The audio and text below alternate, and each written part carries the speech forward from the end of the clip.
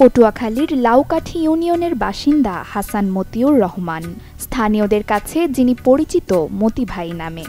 শ্বশুরের পরামর্শে ছোট্ট একটি কাঠের ঘরে শুরু করেছিলেন খাবারের হোটেল। সময়ের সাথে অধ্যাবসায় আর আত্মনিবেদন মতির হোটেলকে দিয়েছে একটি শক্ত ভিত। দিনের শুরুটা হয় ভোরে। শহর যখন ঘুমে, তখন রান্নাঘরে ব্যস্ত হয়ে পড়েন মতি ভাইয়ের জীবনসঙ্গিনী পেয়ারা বেগম। একাই সামলান পুরো রান্নাবান্না। পরিবেশনার দায়িত্বে আছেন মতি ভাই নিজে ও তার 2 ছেলে। পুরো পরিবারই এই হোটেলের চালিকা শক্তি। আমি ইনশাল্লাহ আপনাদের দোয়ায় পটুয়াখালীতে এই গোরস্থান রোডে একই জায়গায় একই এই হোটেল চালাই আজকে 30 বছর আর কি। আমাদের কোনো কর্মচারী নেই। আপনাদের দোয়ায় আমার কাস্টমার সব অফিসিয়াল, ভালো ভালো, মনে করেন চেয়ারম্যান, মেম্বার, পুলিশরা যারা আছে, প্রশাসন, সবাই আমাদের খাবার নেয়।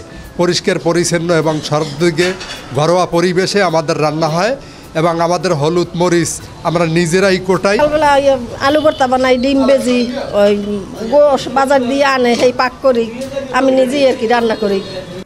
মতির হোটেলের খাবার কম দামে বেশি পরিমাণ আর গুণে মানে অনন্য হওয়ায় জয় করে নিয়েছে সবার মন।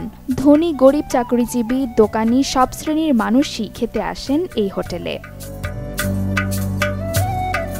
আমরা আসলে আসছি দুপুরের খাবার খেতে।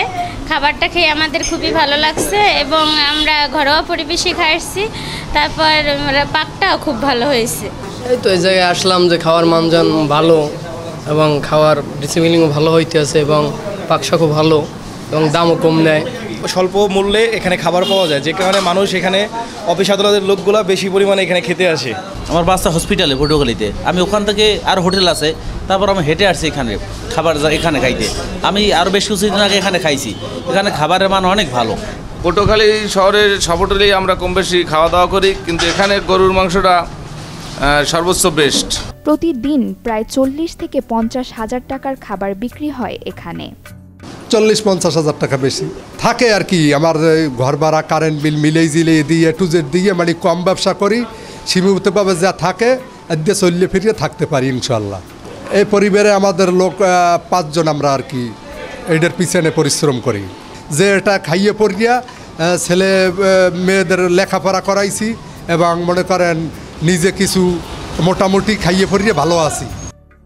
ভাঙা কাঠের ঘর থেকে শুরু হলেও এখন পাকা ভবনে রূপ নিয়েছে মতির হোটেল। শুধু একজন সফল হোটেল ব্যবসায়ী নন, মতি হয়ে উঠেছেন এক অনুপ্রেরণার নাম।